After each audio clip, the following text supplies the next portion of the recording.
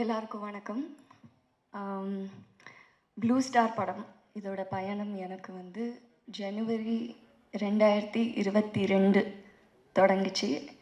எப்படின்னா, நான் ஒரு ஏரியாவில் இருந்தேன். ஜெயக்குமார் வந்து எனக்கு ஸ்கிரிப்ட் அனுப்பிச்சிருந்தார் டைரக்டர். அதை படித்து முடித்து சந்திச்சே ஆகணும், எப்படியாவது சந்திச்சே ஆகணும், அன்னைக்கு மட்டும்தான் டைம் இருந்தது அப்படின்னு ஒரு சூழ்நிலை. அதனால் சரி எங்கே சந்திக்கலாம், பக்கத்தில் என்ன கடை இருக்குது, எதுவுமே ஐடியா இல்லை அங்கே.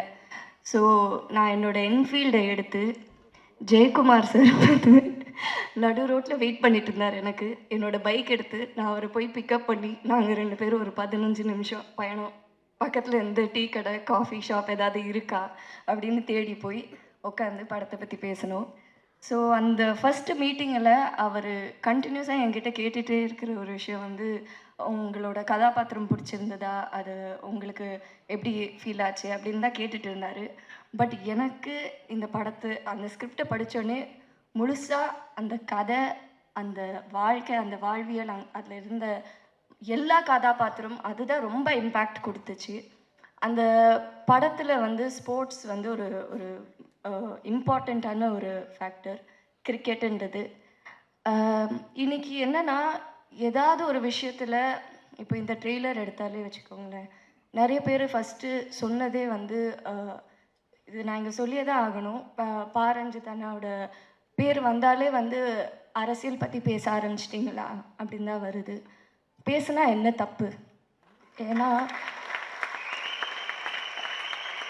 அவங்க எல்லாரும் அப்படி கேட்குற எல்லாரும் வந்து அவங்கக்கிட்டேயே கேட்குற வேண்டிய ஒரு கேள்வி, நம்ம போட்டிருக்கிற துணியிலேருந்து, குடிக்கிற தண்ணியிலேருந்து, சாப்பிட்ற சாப்பாடுலேருந்து எல்லாத்துலேயும் அரசியல் இருக்குது. அதை பற்றி பேசலைன்னா அது இல்லைன்னு அர்த்தம் கிடையாது. அதை பற்றி நீங்கள் இக்னோர் பண்ணுறீங்கன்னு தான் அர்த்தம். ஸோ அதனால இந்த படத்துலேயும் அரசியல் இருக்குங்க. நம்ம எடுக்கிற எல்லா படத்துலேயும் அரசியல் இருக்குதா. அண்ட் ரஞ்சித் அண்ணா அவர் ப்ரொடியூஸ் பண்ணுற படம், அவர் டைரக்ட் பண்ணுற படத்தில் அவர் சொல்கிற விஷயங்கள் ரொம்ப முக்கியம்.